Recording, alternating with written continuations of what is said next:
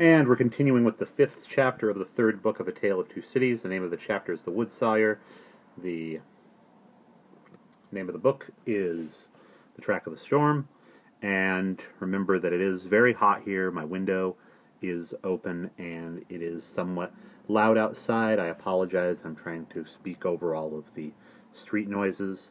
So we've found out that Lucy's husband, Charles Darnay, is still in the La Force prison, but he has a window that he can sometimes go to, and Lucy has a place where she can stand where he might be able to see her, and she goes there every day, sometimes with her daughter, and has gotten the attention of a Wood-Sawyer, who is kind of a nasty guy. I mean, it's the dude that killed the Marquis to begin with, the former mender of roads, and he has definitely taken an interest in Lucy.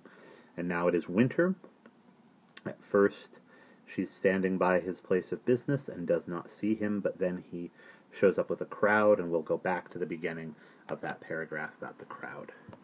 But he was not far off, for presently she heard a troubled movement and a shouting coming along, which filled her with fear. A moment afterward, and a throng of people came pouring round the corner by the prison wall, in the midst of whom was the Wood-Sawyer, hand in hand with the Vengeance.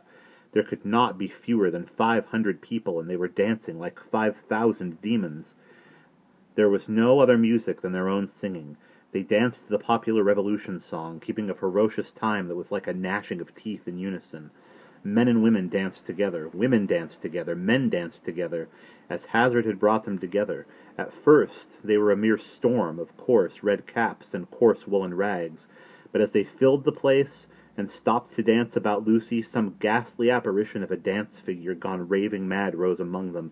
They advanced, retreated, struck at one another's hands, clutched at one another's heads, spun round alone, caught one another and spun round in pairs, until many of them dropped. While those were down, the rest linked hand in hand, and all spun round together.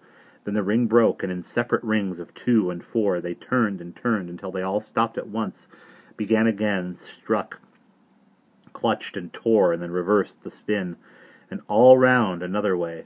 Suddenly they stopped again, paused, struck out, the time afresh, formed into lines the width of the public way, and, with their heads low down and their hands high up, swooped screaming off.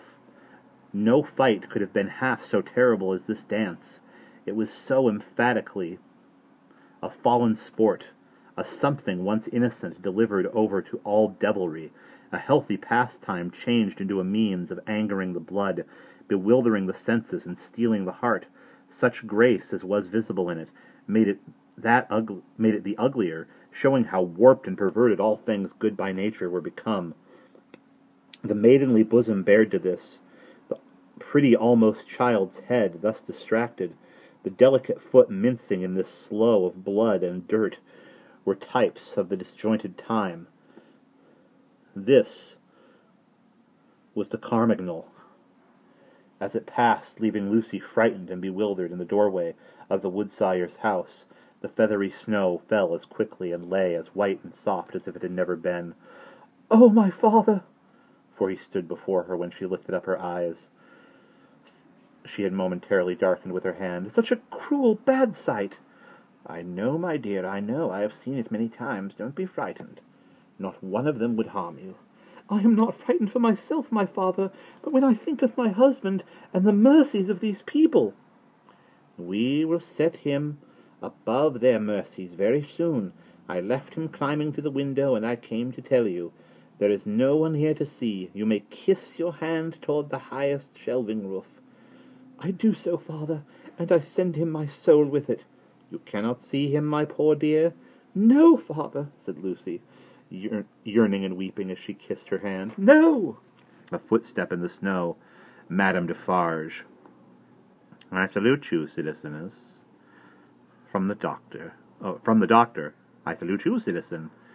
In this passing, nothing more. Madame Defarge gone, like a shadow over the white road. "Give me your arm, my love. Pass from here with an air of cheerfulness and courage for his sake. That was well done. They had left the spot. It shall not be in vain. Charles is summoned for tomorrow." "For tomorrow?" "There is no time to lose. I am well prepared, but there are precautions to be taken." that could not be taken until he was actually summoned before the tribunal. He has not received the notice yet, but I know that he will presently be summoned for tomorrow and removed to the concierge, or to the consigliere. I have timely information. You are not afraid? She could scarcely answer. I trust in you. Do so implicitly. Your suspense is nearly ended, my darling. He shall be restored to you within a few hours. I have encompassed him with every protection. I must see Laurie. He stopped. There was a heavy lumbering of wheels within hearing.